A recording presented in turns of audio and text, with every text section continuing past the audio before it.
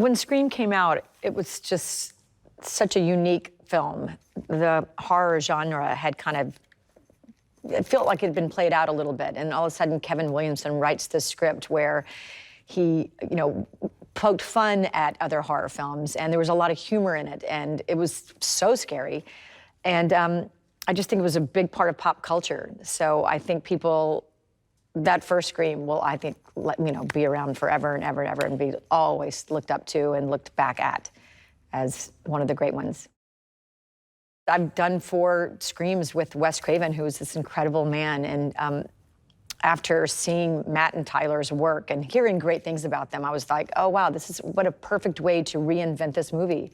And when I read it, it was so much in the vein of the first Scream. Knowing that Matt and Tyler were directing this, and after seeing their film, they're just incredible, and they really know how to balance humor and horror, and reading the script, it was so similar in tone to the first one. I got really excited. It's really scary, and it's funny, and it's unique. When I read it, I was like, oh, I like when Gail is really cutting and competitive, so that was my only note, just to make sure we keep her that way, because there's a lot of emotions in this film, and a lot of heightened emotions, and things have changed. Like Gail, she's moved to New York. She works on a morning show. She's become more successful and more sophisticated, and she's no longer with Dewey.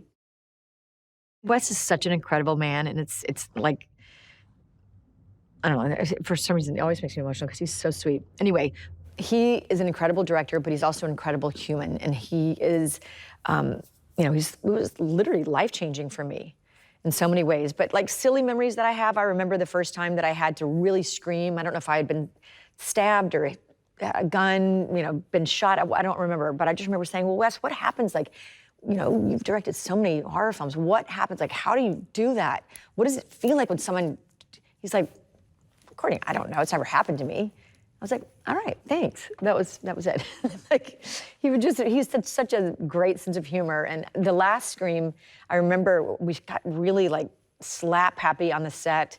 Something made him laugh, and I had this video of him. I was filming him. He got the giggles. And to see Wes Craven, you always think of him as like the king of horror.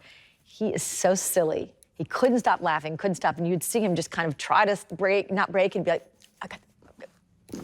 and he wouldn't stop. And he's just so cute. He's just the sweetest man. He was silly, he was serious, he was loving, he was caring. He was almost like a father figure in so many ways.